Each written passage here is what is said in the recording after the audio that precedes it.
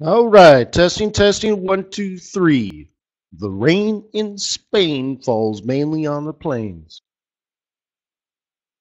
Good morning, everybody. How you doing? Just get warmed up. 20 dwarves, 20 dwarves, 20 dwarves. Got to keep my voice in shape.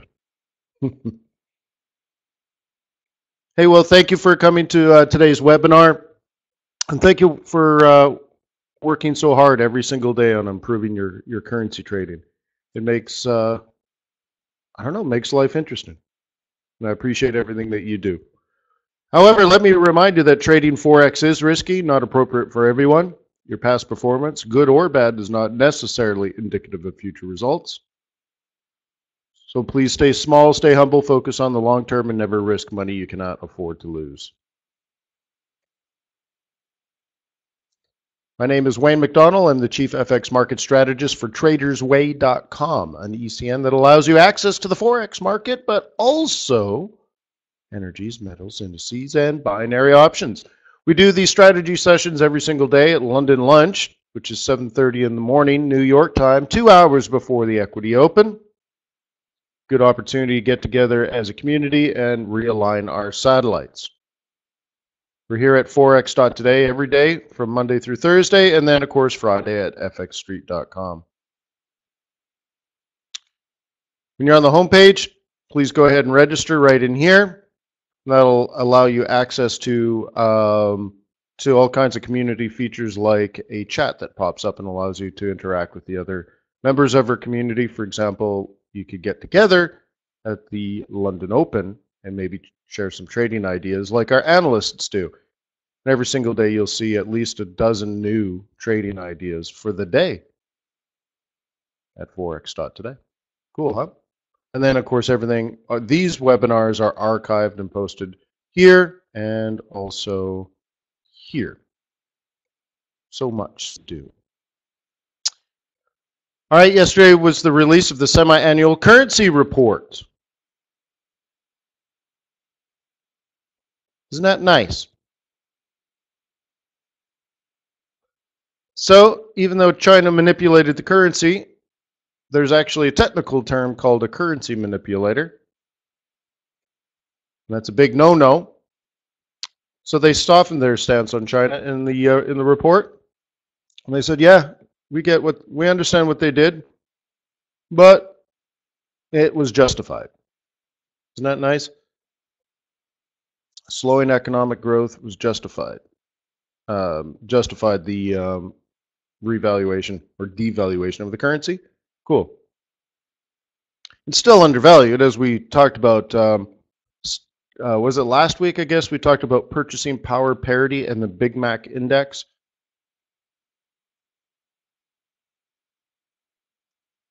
Well, we know from that report, which makes a lot of sense in the long term, that Big Macs are undervalued in China.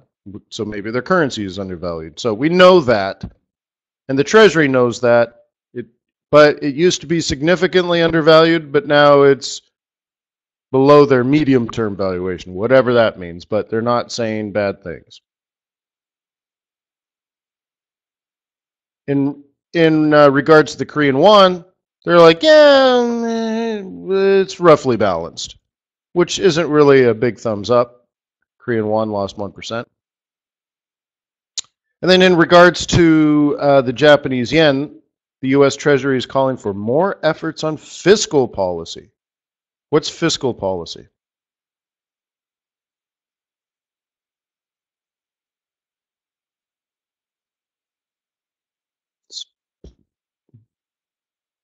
Government spending. Thank you. Okay.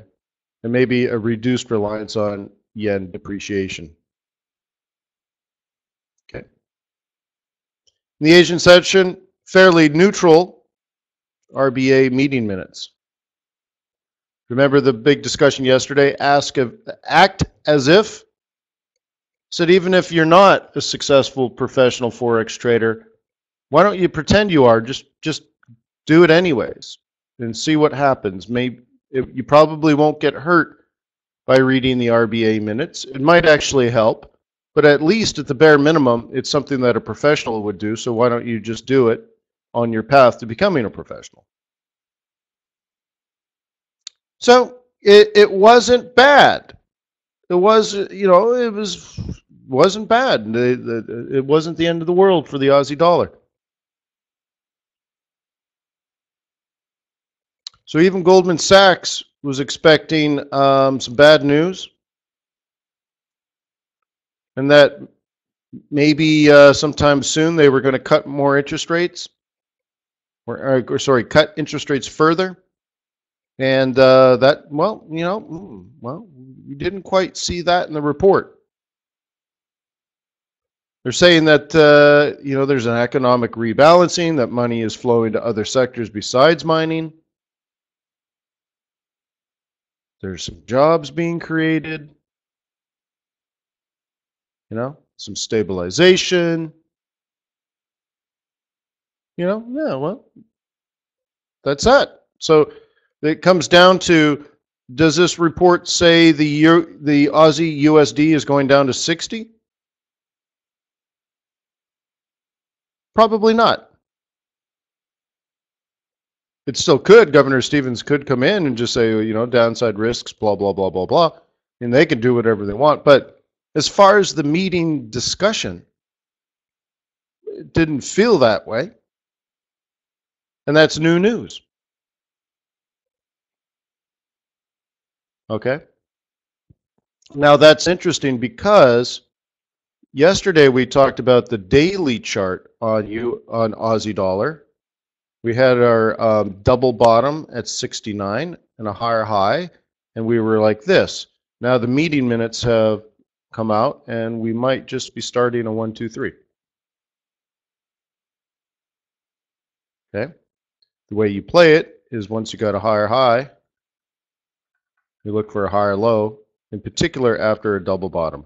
So if you recall last week, we also revisited the idea of looking for double bottoms with higher highs and trading the pullbacks to the roll reversal. That used to be resistance. This could be support. So could be interesting if you pay attention and you set up your trades with a plan. Just sort of more of a European update, even though this news came in pretty late, but Canada had an election. Liberal Party won, first time in many years. The son of a former prime minister won. And boom! Canadian dollar weakened. The ECB lending survey shows that quantitative easing is having a positive effect with rising demand for company loans and mortgages. Very interesting. Okay, two things about that. Quantitative easing having a positive effect, and rising demand for loans. Well, we didn't really get that in the United States, did we?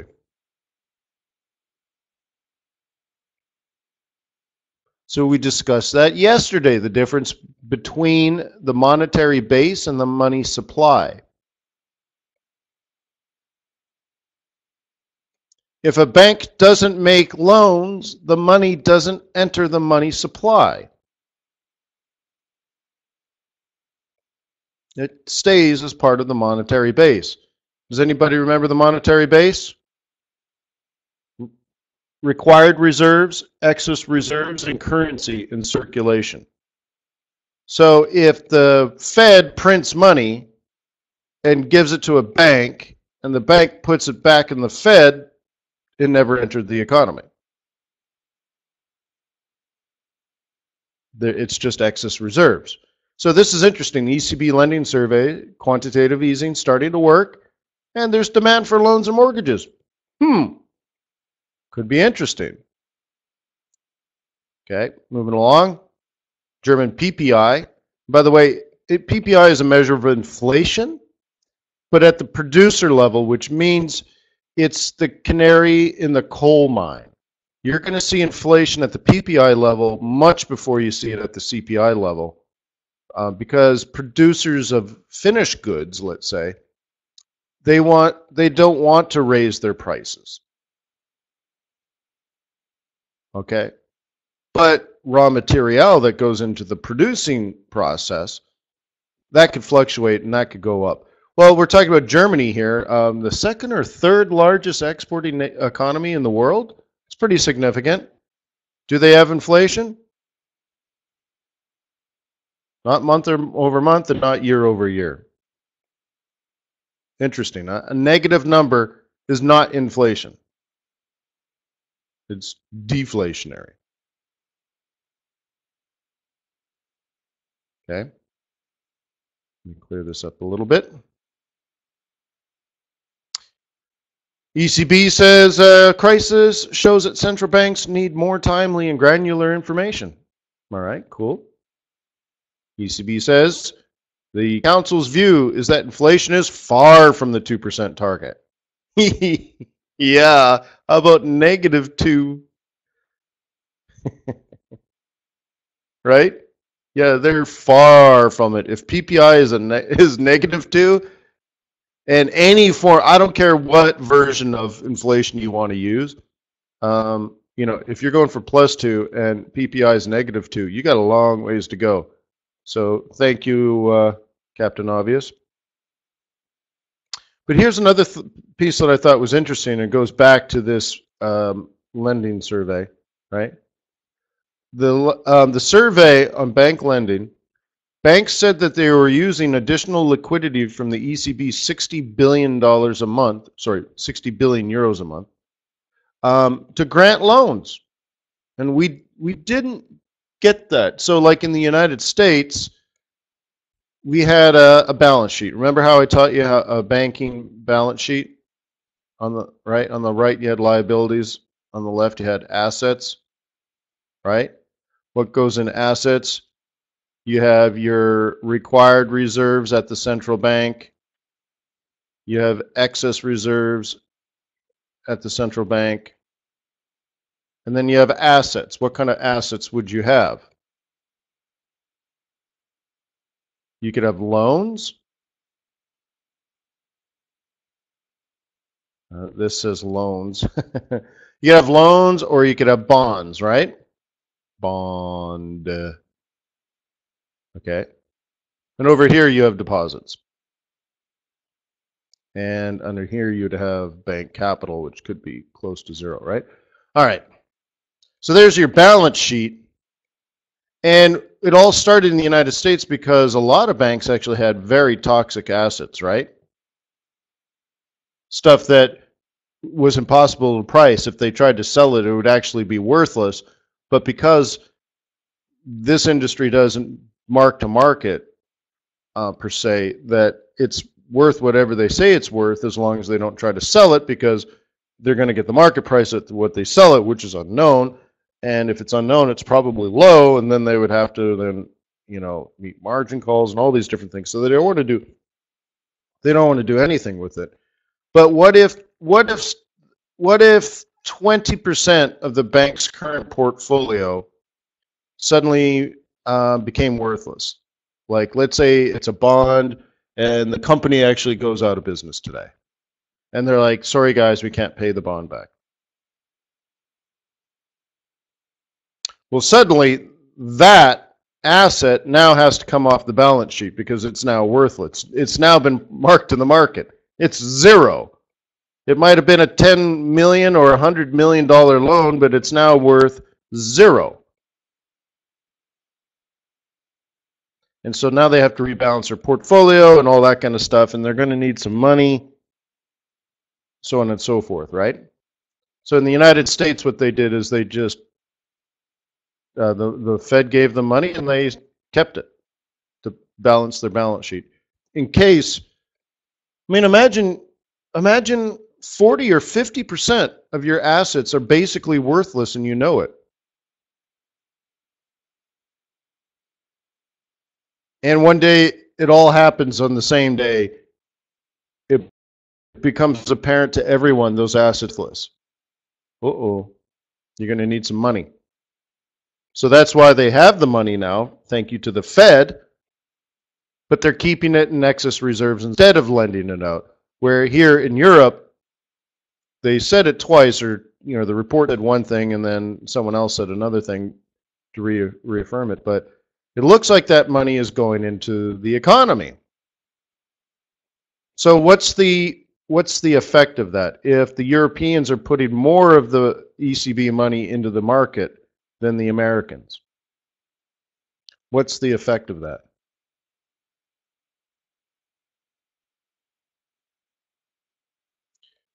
Okay, if we're talking about economics, you got to do short run and long run. On the short run,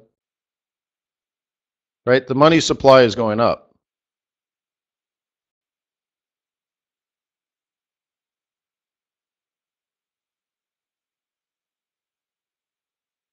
Right? So you have the quantity of money, right? For example, money supply would be this way. Money supply 1,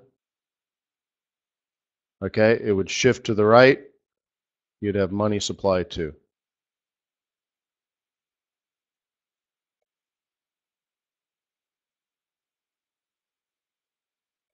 Now you might see money supply as a vertical line, so I could do it that way too.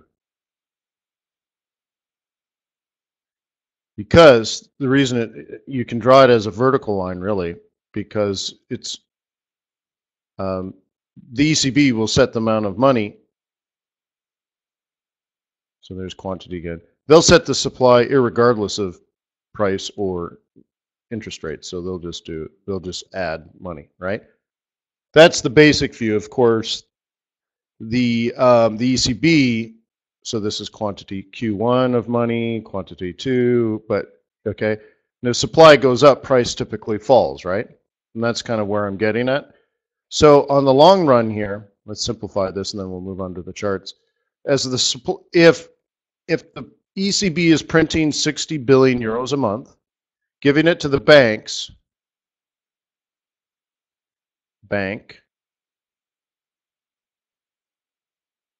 and then the bank makes loans, then in the form of loans, the money enters the real economy. And why is this important?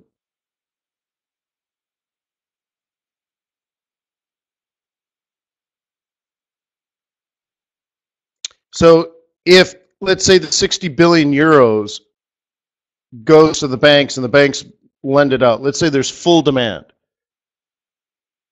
If a bank wants to make a loan, there's a qualified borrower right there, and that 60 billion goes to the banks, and the banks, as quickly as humanly possible, get it into the economy. Increase spending. Yeah. What else? How much does the economy grow?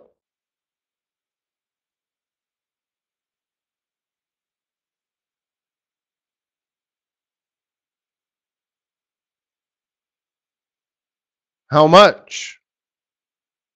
If 60 billion gets printed by the ECB, given to banks, and banks lend it out to the real economy, 600 billion. Thank you, Mike. Because of the fractional reserve banking system. So 600 billion is a lot of money, eventually, right? So money supply goes up by 600 billion every month. If this was happening, in a perfect world, there are no excess reserves at all, and there's 100% demand for the currency, which in the real world is not quite there. But that process seems to be happening, according to this lending survey, more efficiently and effectively than in the United States. So maybe they've already cleared off a lot of their toxic loans. Okay.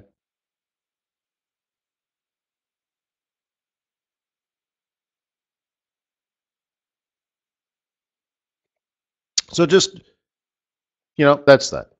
I thought you'd find all that interesting. All right. So how about this? This is the RBA meeting minutes.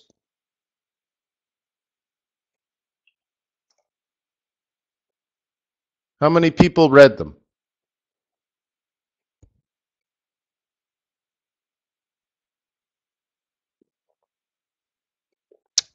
Well, I really appreciate your effort and everything that you're doing. Did it hurt anybody? Were you worse off? You're like, oh man, that ruined me. I used to be a good trader, but then I read the RBA meeting minutes and it's all downhill from then. I'm hoping maybe it felt good. You know, I hope it felt good, like, I don't know what I'm doing, but it seems like the thing I should be doing, and I'm doing it. You know, it just, it's just, it's the right thing, and it feels good, even though you don't really know why. But I think once you start reading it, I mean, these are things that should be on your mind, right? So the RBA meeting minutes are actually some of the easiest to read out of all the central banks. They open it up and they talk about the international economic conditions. China, the United States, all this kind of stuff. Do you think that's important to a currency trader to know what a central bank and all their PhDs think about the global economy? In contrast to the situation in much of Asia, growth in the U.S. economy, blah, blah, blah, blah, blah, blah, blah. Recent indicators pointed to further blah, blah, blah, blah, blah. I mean, wow. Nice. Cool. And then they get into it about the AUD specifically, right? The mining sector, non-mining sector, dwelling investment. Oh, you better Google dwelling. Oh, it's a house, dude. Right? Household income. If you're worried about your income, if you think you're going to make less money or even no money next year, do you spend a lot this year? So, can you have income without a job? Well, let's talk about the job. Can you have jobs with a poor economy? Well, then let's talk about that. So you can put all these things together, right? And ask yourself, would a foreigner want to invest in a country that has decaying industries, homeless people walking the streets because they have no jobs and no place to live, that kind of stuff? Or do they want a booming, robust economy that has the prospect of future growth? So that's what all this is about, right? Financial stability, considerations for monetary policy. The decision. The board decided to leave the cash rate unchanged, right? Cool, man. So it shouldn't hurt. It's only a one-pager. 3 pages if you print it. Not a bad, painful thing at all.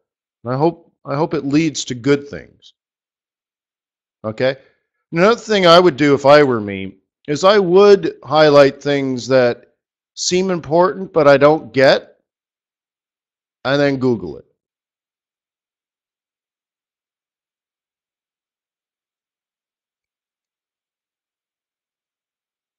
So, you versus me then, because we're both currency traders. How much time a month in hours do I spend like Googling and researching and stuff, things I don't quite fully understand? 10 hours? Maybe? 15 hours a month? Yeah.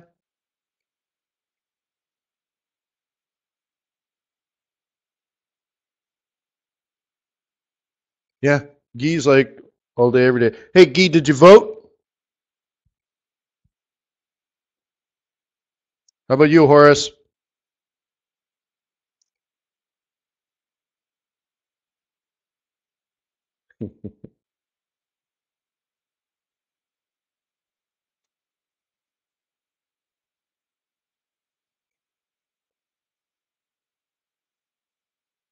Yeah, well, that's called politics, right? The lesser evil.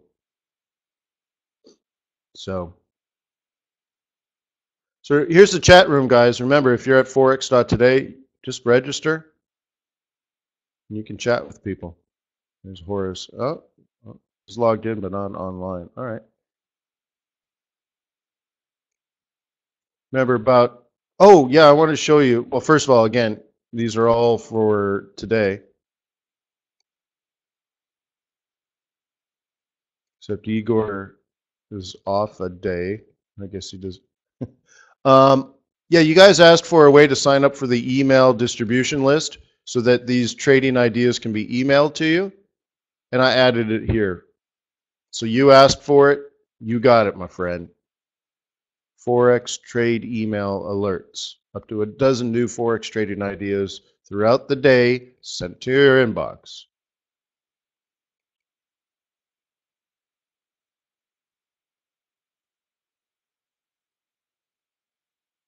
Did you get that?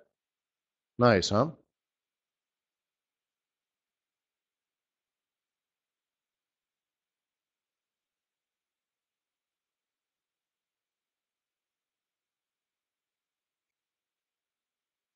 Cool.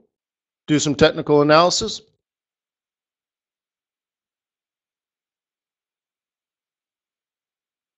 So there's something going on right now. Oh, this is a messed up chart, isn't it? Let's see.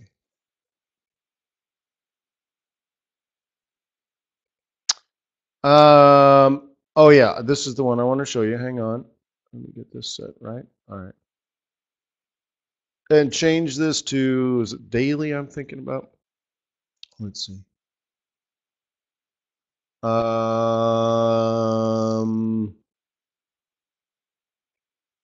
What? Oh, it's euro. No wonder. Hang on. All right, here we go. This looks better. All right, so I have a concern.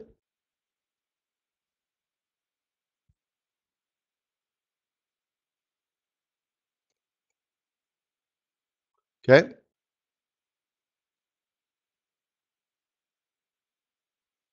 You see it? The 21 in a downtrend likely to be resistance.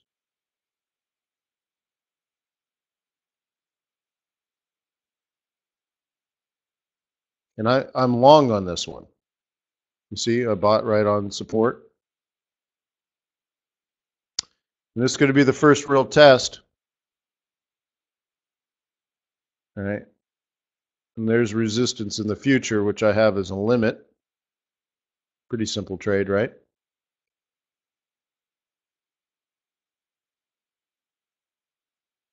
USD yen. So, if I was a bear, well, you can see the market's pretty neutral here, right? But if I was a bear, I'd be selling. You see what I mean?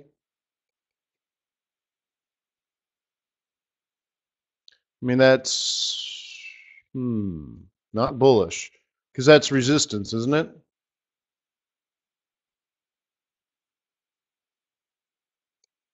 So we'll see if we can whittle our way through here. Zip, zip, zip, zip, zip. Maybe up to the 55 and then down to back to this zone again and then maybe up. We'll see. Well, we'll need some dollar strength and we'll need some yen weakness, won't we? So, moment of truth. So this is where I decide. I think I have not quite 100 pips profit on this one. I think I'll leave it. I'll take the opportunity. The opportunity is more important than the money.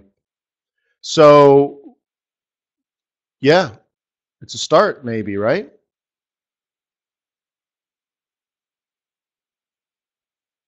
But this is where I should be worried. So, what if on the short run, I look to sell?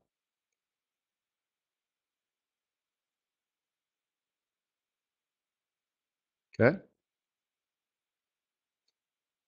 The amazing thing is, this looks like it's topping, right? Doesn't it look like it could kind of go up there and double top and then drop based on the oscillator?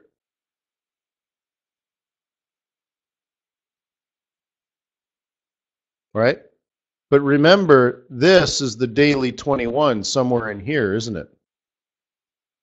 Coincidence?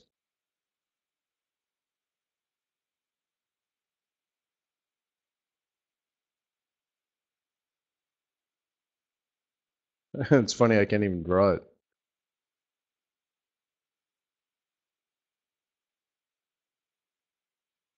It's funny. It's so small, I can't even draw it. Can't even can't even grab it anymore. All right, so the 21 is, because remember, tomorrow it's going to be lower, so I'm actually looking at tomorrow's 21, not today. And then drop into the 15, and it looks like a horizontal line. So if I was a bear, I'd be setting this up for a drop. Even though it's going up, this is a daily chart now that I'm looking at the top of the chart. Okay. This is a daily move. And so I'd be cognizant of the possibility that maybe daily R1, it rolls over and heads down, right? Could be.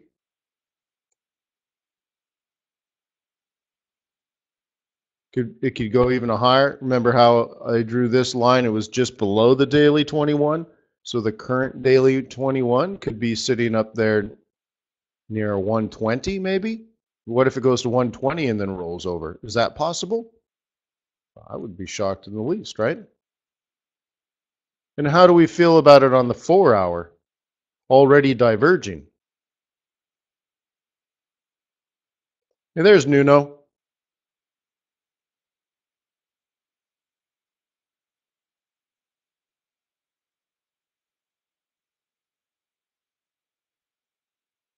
So Jimmy sees the support bounce, which is fine, but you wouldn't buy here. So we'll see, right? We'll see. Back out, and yeah, I'm okay with the entry. So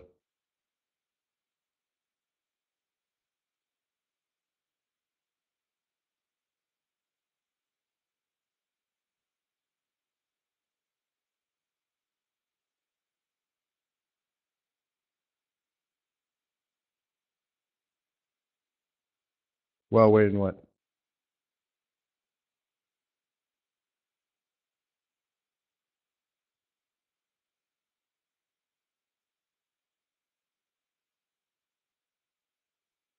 Oh yeah, good. Good for you. I mean, that's why we're here. So I hope you're hugely successful, Wyatt.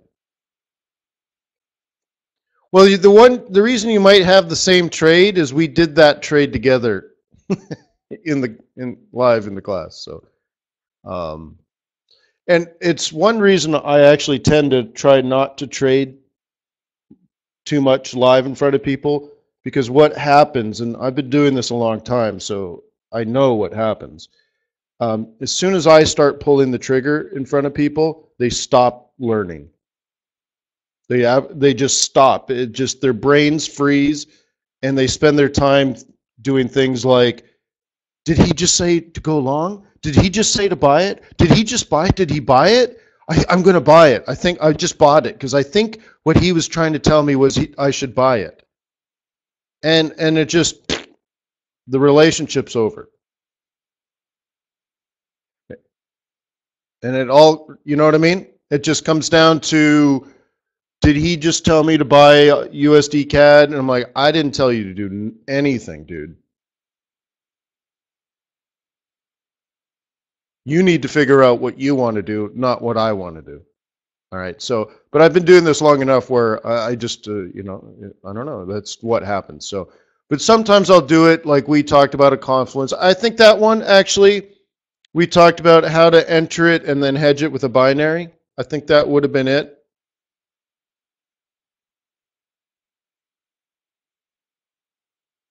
Well, very often, James, that's how I'll do it. Well, we'll talk about it 9 times over. We'll talk about it.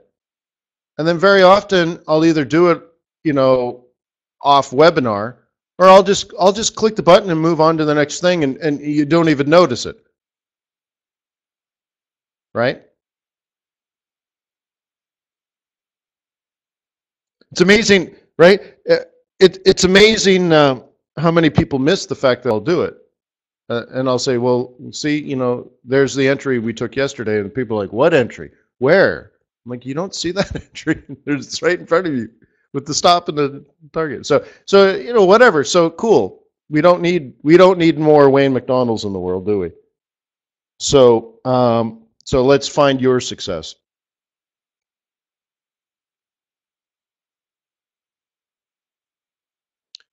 Yeah, it's funny, Wyatt, because I did do that trade in front of you guys. So yeah, it's funny.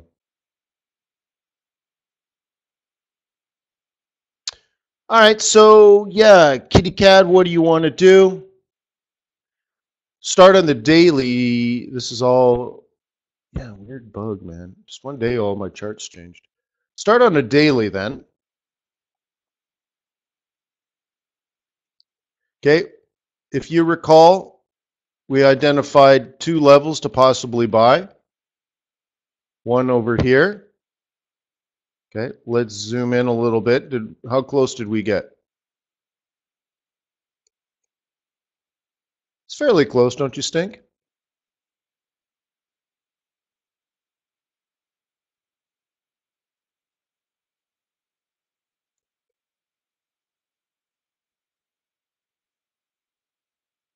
Yeah, James says so many, yes, so many opportunities that it gets confusing and then no opportunities are taken, right?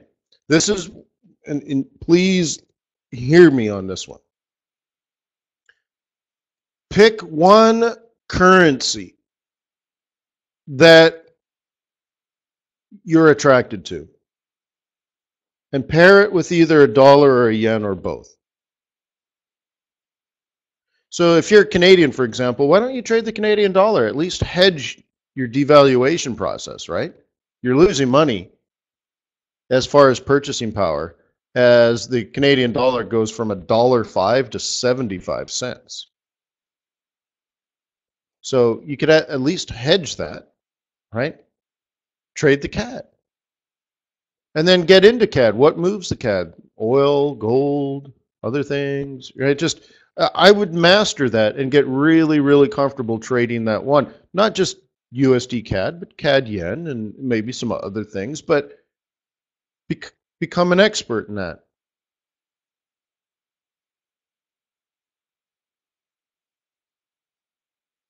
Yeah, I mean, I think I do that all the time, James, but yeah. Now, Guy says CAD is a beast. I used to have a coach work for me that called it the yo-yo, and he used to say something stupid like you couldn't trade the CAD. I'm like, no, you just can't trade the CAD because you say stupid things like it's a yo-yo and you can't trade it. Well, then you're teaching yourself. Just be careful, right? CAD is, I think, a nice, right? A nice one. Um, like we came down to a supportive area. And what I would look for in here is a reversal pattern, right? Because technically it's still quite bearish, but if you wanted to be long this, which is bearish the pair, which is bullish US dollar, bearish Canadian dollar, well, that's not the worst thing I've ever heard, right? So what do we do here? Well, what kind of reversal pattern would you like to see? Have we had one yet? No higher high. Okay. Where's the previous support level? Well, we have one here, and then we have one here. So we know if you're a bull, you should identify two levels of support in which you might consider buying. Okay. So what if now price stalls out here, at least for a little bit, and then does this?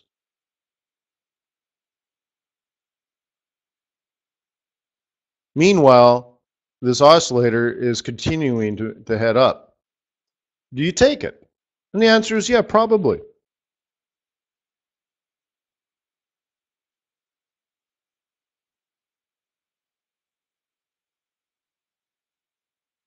Okay. Right? Marcia says CAD's a sell now. Well, yeah, it's kicking off resistance. Another way of saying it is it might not be a sell, but you can't buy it here. So this red is actually coming from profit taking most likely. Right? Unless you're trying to corner the market in commodity currencies. Well, that's your alpha, right? But technically it is bearish. Lower low. This is probably a lower high. These are moving averages that have rolled over. I think we can all agree this is some level of resistance. We're at 130.00 right now at this second. It's got some bearishness. But the daily oscillator is heading up. We've been long for 2.5 days now. We got a 5-8 cross up. This could go to 31 and down to 29.50 and then 32, 33, 34. Not a problem. But here's the thing. The most important thing. You need to decide, like, are you on Marcia's team? Do you want to be selling this and is this going down to 25? Or do you want to be on my team that wants to go to 35? It doesn't matter whose team you're on. Honestly, I think Marcia and I could probably both make money on this if you're trading your opinion properly. If you're a bear, sell it at resistance. I don't think you're going to lose. And if I'm a bull, I'll buy it at support. I don't think I'm going to lose. Now, I might not make a ton of money. I might not make any money, but I probably won't lose. How could you lose if you're buying at support? Right? But it's the in-between that gets, right? It's the in-between that gets you all messed up. So look at this. Do I buy this here? Well, you know what? Your only alpha is if you buy tomorrow's 5 EMA.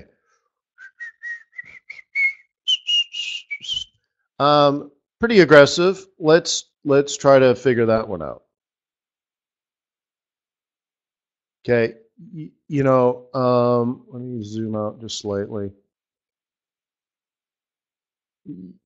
What do I have it? So my entry is still a 618. The weekly central here is about a 50%. That 5 EMA is going to be around the 3A2. But I think it's going to come down a little farther, and the 4-hour tells me that. How many hours will it take to bring this full Stokes cycle down?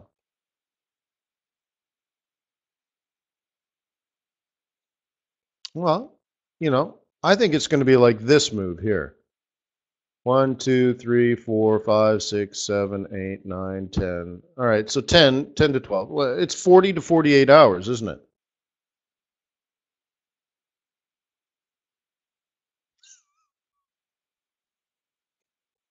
What would that create?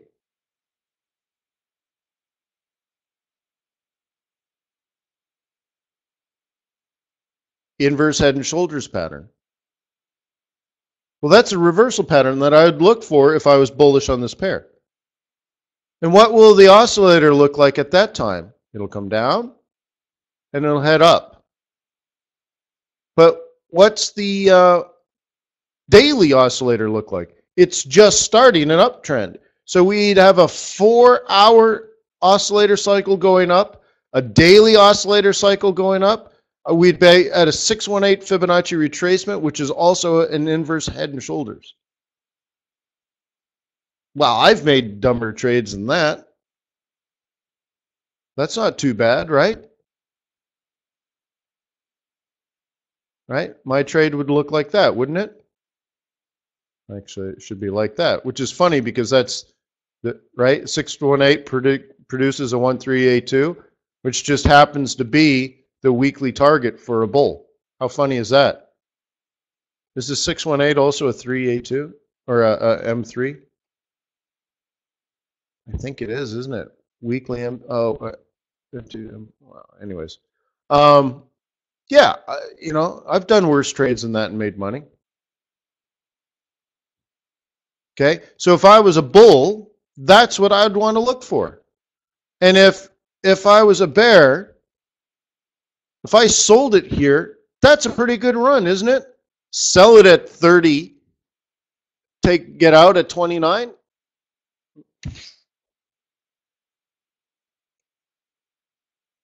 So both are right.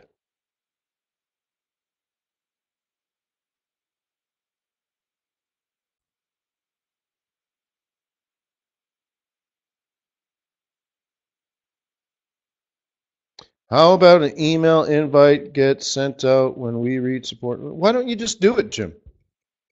Come on, Jimmy.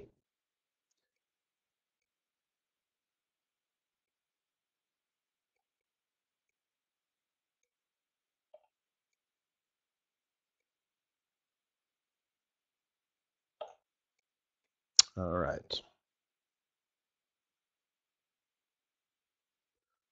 So that's how you put multiple time frames together, right? By the way, the Forex.Today email just came in just now, and this is what it looks like. 1, 2, 3, 4, 5, 6, 7. 7 trading ideas just came in now. Thank you for it today. And the sign up for that is right here. Zoop, zoop, zoop, zoop, zoop, zoop.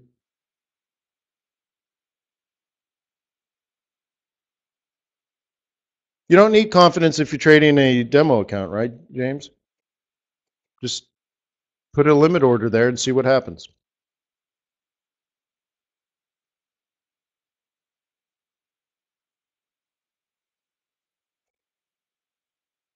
Yeah.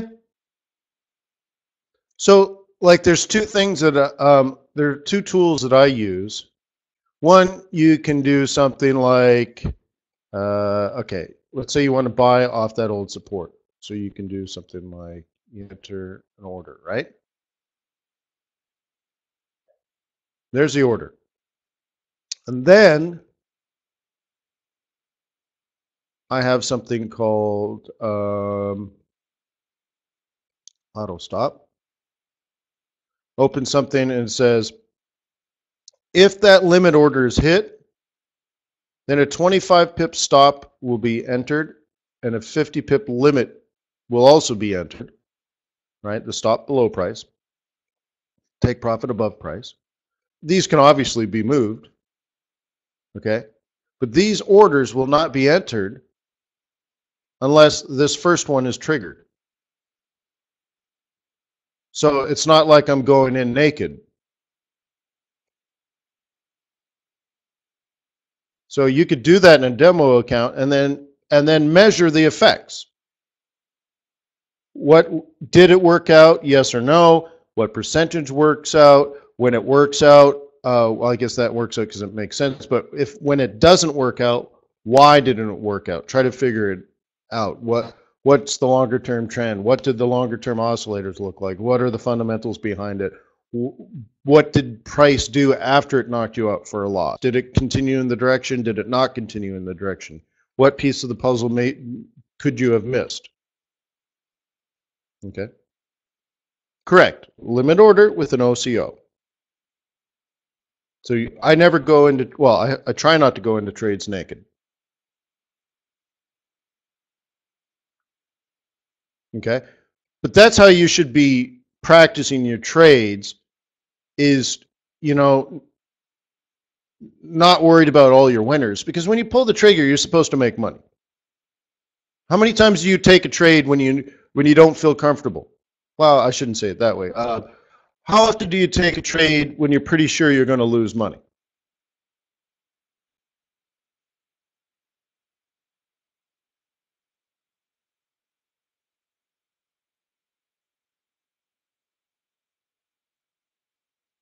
Right. So you're supposed to make money. There's no surprise there, right? Of course you made money.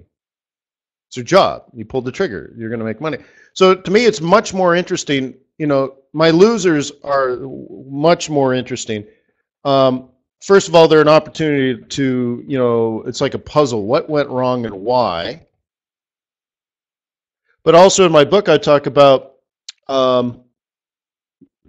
the trades I feel best about, right, the ones that make me happiest, are trades that I lose faith in.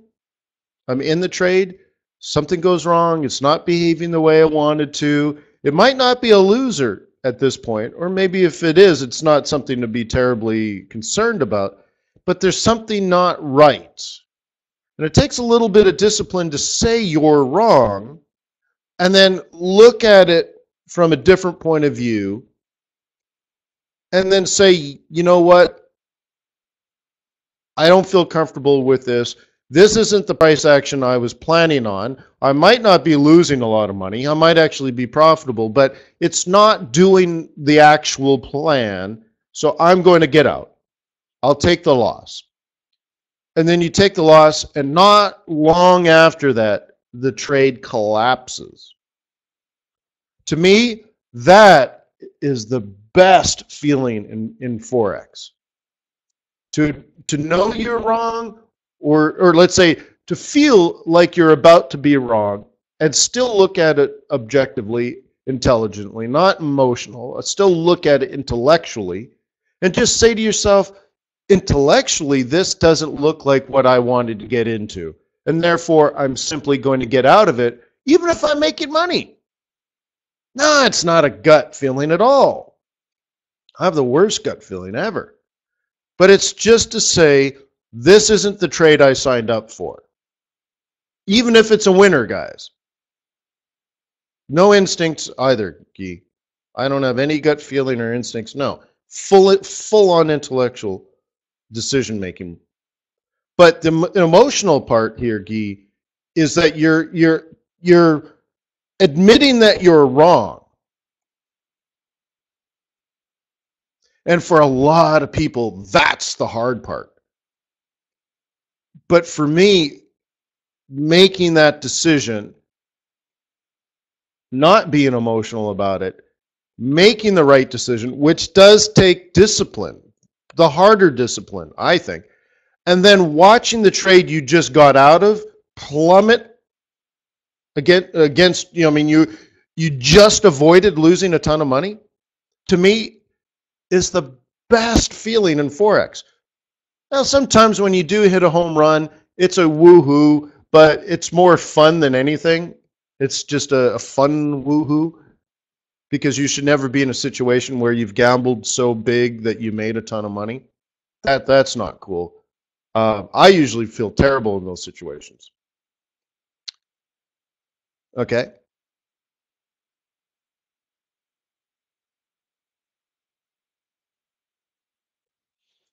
So anyways, getting out of a loser is a much more interesting process. It's a much more interesting thing to document. It's a puzzle that should be pondered. That's how you should trade your demo accounts or your mini accounts and stuff like that. Don't worry about getting in the trade. Don't worry about being wrong. You don't have to lose money. You can treat your demo account like it's real, but don't just go to the driving range and hit your driver 92 times in a row and then go home. Because all you've done is reinforced all your bad habits. So what you want to do is change your habits and reinforce the positive activities, right? So if you're missing trades, James, let's say, I'm not saying you are, but get in some trades.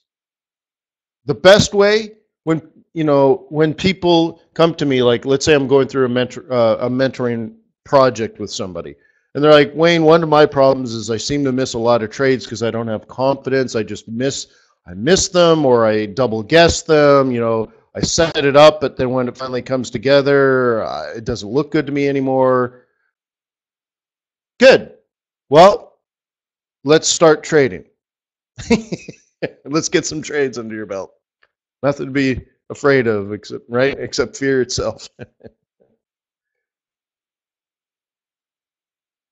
But then analyze, right? Why did it work? Why did it not work? Another very interesting way to approach that, and we did this with YJ early on in his career, was that you want to perfect something, because if you've perfected something, you gain confidence, right? I mean, look, perfect tying your shoes. I mean, something, right? Let's become an expert in something, because confidence comes from consistency. Consistency comes from control. And control comes from having a predefined plan, something that's specific, measurable, attainable, realistic, and timely.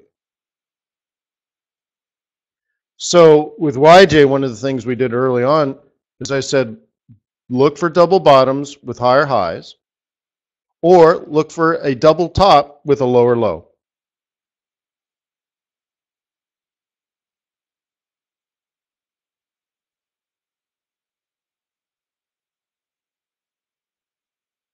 You know what I mean? Oh, Ed says, Wayne, you have quite a few indicators on your charts. Yeah, I guess I apologize for that. And I'm glad you brought that up. And always feel free to ask questions and dig deep, like why do I do it this way and why do I do it that way? The funny thing is, what I see and what you see are probably two different things. It's like a pilot. Think of the cockpit of a jumbo jet. Okay. Are there lots of dials and computer screens and buttons and switches in the cockpit that you envision when you think of a jumbo jet that can fly across the world without stopping? What do you envision, guys? I want you to actually think about it.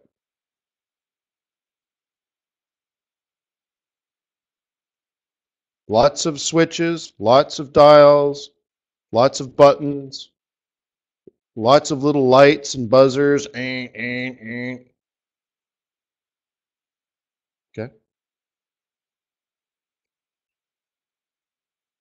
Yeah, lots of information. Big confusion. But does the pilot stare at all these things when he or she is flying? They're there so that when you need a specific information, you have it available. And I trade a lot like that, and I very often forget. So if my charts look confusing, please ask, because I'm not looking at all of these things at once. So like I'm looking at monthly pivot points. That's not confusing to me. But I look at it and that's all I see. Am I looking at these Bollinger Bands? Honestly, I didn't know they were there. I'll get rid of them. It doesn't matter to me. So, yes, feel free to dive in and ask, what does this mean? How do you use this? And I'm very, very happy to walk you through the process. And very often, the process is a lot more simple than you would think, because what I think, and this may be different from reality, but what I think is, actually, I don't use many indicators. I think my setups are clean and simple. But then you might look at a chart and say, wow, look at all that stuff going on. And okay, well, let's talk about what's relevant in the moment. I think is a much more interesting thing, right? But I'll tell you what, last week we shorted Euro USD. I think I was up 100 pips profit on it, and all I used was a line chart. Do you guys remember that one? There was nothing else. It was just a line on a 1-minute chart. You guys remember that? I'm just like, look, let's light the candles and put up some naked charts, right? And you can trade like that, but then it begs the question, though, when you trade like that, what do you feel you're missing?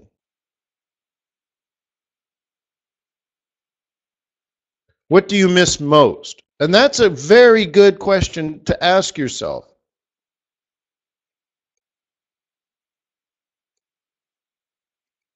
And then add that. But what I've found is over the years, and it's probably just, I guess, experience, but I use what I need in the moment, and I don't get, and I don't get sidetracked by the other stuff. I may not even see a lot of these lines. So feel free to jump in and uh, I'll re-see it. Now that you bring it up, you're like, well, how do you use this stuff? Like, look at what I'm looking at now. Daily resistance 1, midpoint psych level of 130.50.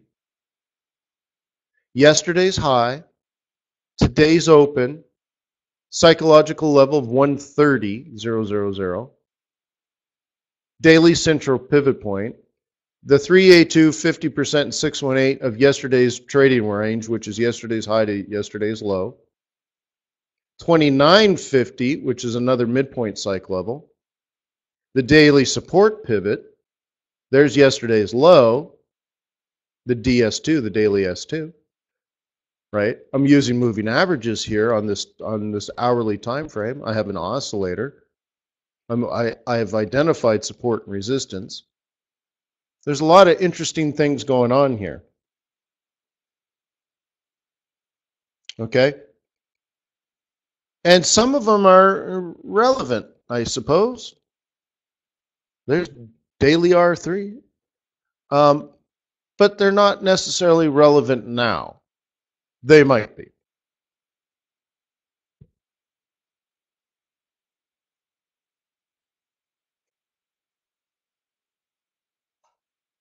This one I believe I bought.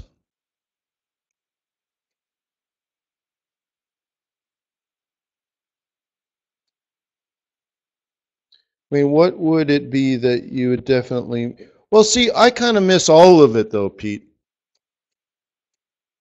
Because it doesn't bother me. I don't get lost in the clutter. If I did, I would get rid of it. So that's one thing I tell people, like, look, if you don't use the MACD, get rid of it.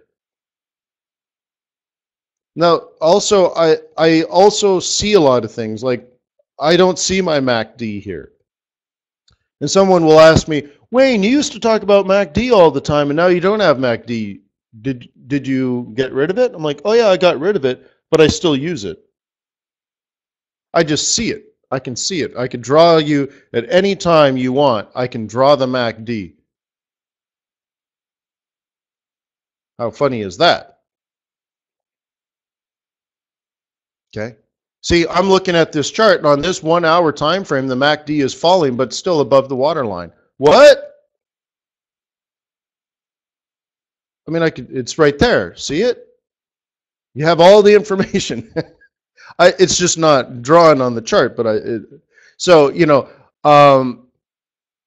things like Fibonacci. So I do have Fibonacci levels here, but you notice how today's high isn't yesterday's high, or our current high isn't yesterday's high, or something like so. I might actually use different fibs, but they're pretty close, and then I could use these fibs too. Okay. The most important thing is if you're a bull, and I don't care why, flip a coin, right, Mike? Buy low. And if you're a bear, I don't care why, maybe it's because you flipped a coin, sell high. The rest is they're just algorithms, guys. You should understand how to calculate a 21 EMA and a 55 EMA and a 200 EMA, and right? They should have some sort of meaning to you. They have a lot of meaning to me. You should understand how pivot points are created and calculated, high, lows, and close divided by 3, stuff like that, so that you understand that the central pivot point is actually a weighted average. And, oh, okay, fine, cool. You should understand what the oscillator is actually doing, the algorithm for the stochastic oscillator. What is it actually calculating? What does the MACD actually calculate? The moving average, convergence, divergence? What is it? What's the math behind it, and what does it all mean, Basil? And just slowly fold these things in there, but buy low, sell high.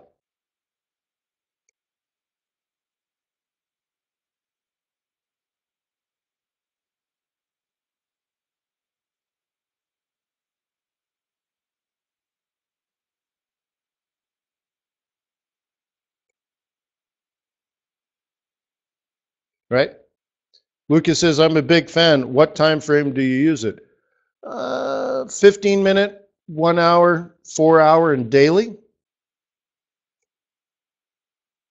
I tend not to use a MACD on a 1 minute.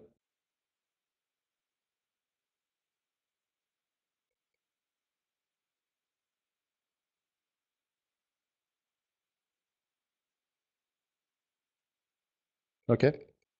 So yeah, so please ask questions. That's why I always encourage it. We can dive into one particular thing. So like what very often I can do, and it's sort of like a dog and pony trick, but you can give me any one tool and I can trade well with it for a short amount of time, right? And after a while, it's just not enough information. But if you have the patience and discipline just to do one thing very well, you'll probably be reasonably successful, especially on a short period of time, as long as the market conditions don't change, right? Now, the thing is, how do you know when the market has gone from bullish to bearish to aggressively bearish to aggressively to moderately bearish and all these things? Because this is when you need to change your strategy, and that's what a lot of this information is telling you, is when your behavior should change. And of course, this is what amateur traders get last, isn't it? You take a course, you buy a book, a DVD, and they're like, "Oh yeah, this is trade it this way." And that works for a while, doesn't it? And then you're like, "Man, it's not working as much as it used to." And you start to lose confidence in it. Well, because you've learned how to trade one way in one market condition, but the problem is the market conditions constantly change.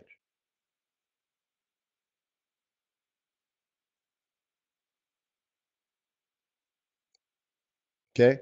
It's like buying Euro USD and you make 50 or 60 pips and you feel good, and then 2 hours later you're knocked out of break even. And you're like, what?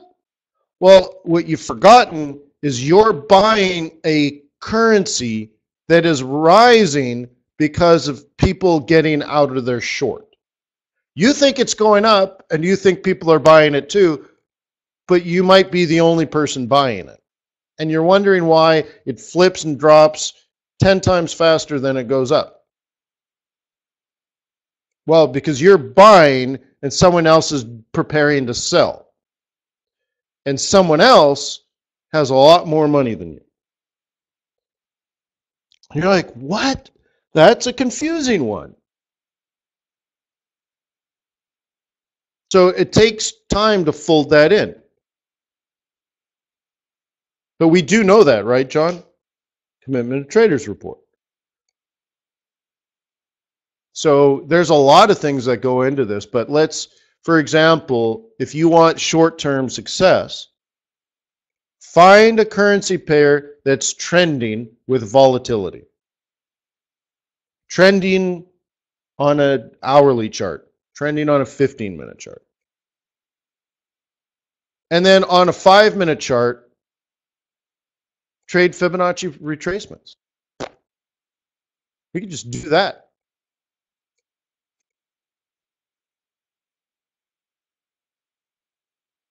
Right?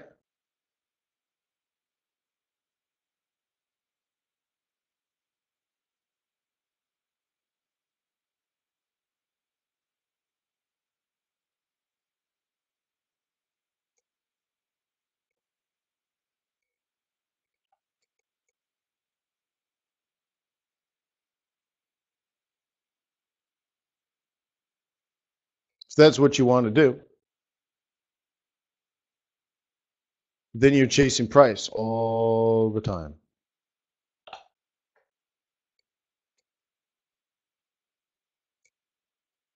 So I think we've run out of time here, but is there, no, Joseph wants to know, is there a real-time commitment to traders report? And the answer is no, because it takes a lot of time to compile that data.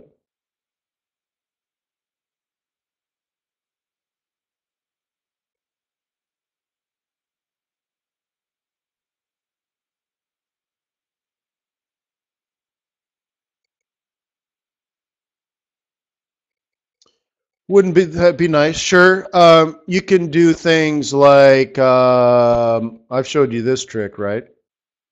Oops. Let's use a bigger pair just for fun.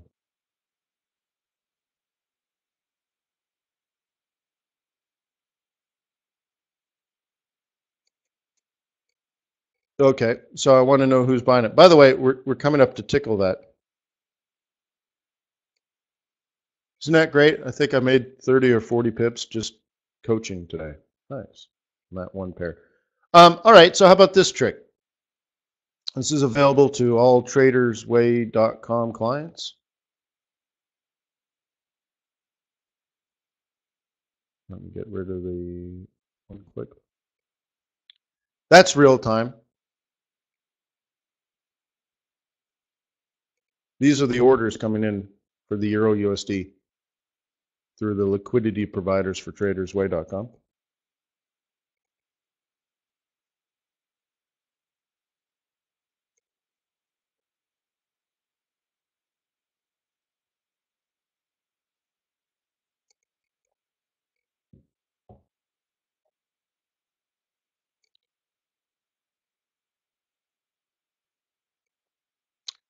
Pretty thin flow right now, actually, but you see how this one jumps to 29?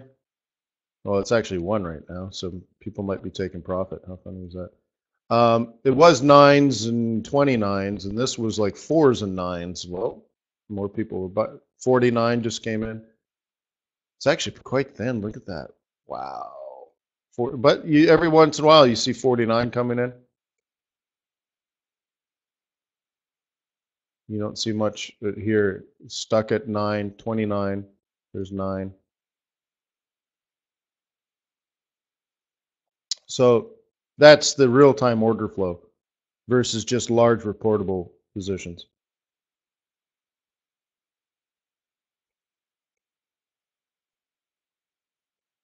But if you want to do something specific tomorrow, I'm happy to consider it. If you just want to do like scalping or something like that. Okay. See, this is where we started today. I think this is gonna get tested. Remember talking about that? Do you remember why? Right here's the daily 21. You guys remember that? If I was a bear, I'd set this up to sell, right? Everybody still have that? It's been an hour and 15 minutes, but that's where we started with. If I was a bear, I'd be setting this up to sell. So, James, if you were a bear, you should come up with a plan, Stan. Are you a bear? What kind of pattern are you going to look for? Are you going to trade a 1-minute chart or a 5-minute chart? Right? What do the oscillator cycles tell you? Are you going to look for a micro pattern, a break of the 5 and a retest? Are you going to sell the next rally? Oh, look at MACD, guys. There's your MACD on a 5-minute. You know, here's a 5-minute cycle. Does this look like a good opportunity when you're testing a double top at a daily aggressive moving average? I mean, are these all things you want to be doing if you're a bear? Do you like selling off the daily 21 when the daily 21 is below the 55 and the 55 is below the 200 and you have a series of lower lows and lower highs? Is that something that you like to sell? If so, do you like to see on a 15-minute chart a double top off that daily 21? And if so, do you like it when the 15-minute is 87% overbought. Do you like it when the 5-minute is rolling over? Well, then do something about it.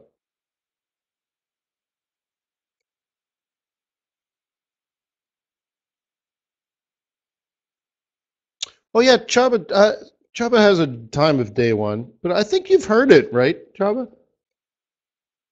You've heard that one, but is it just like an update? Yeah. Oh, once. Yeah. Well, how many years? How many years have we been trading together, Chaba?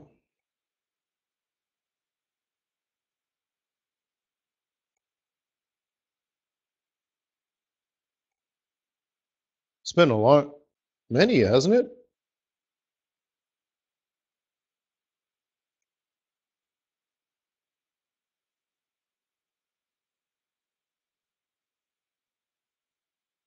Yeah, but with breaks, yeah, yeah. So yeah, I'll be, like for example, do you know the 1034 trade?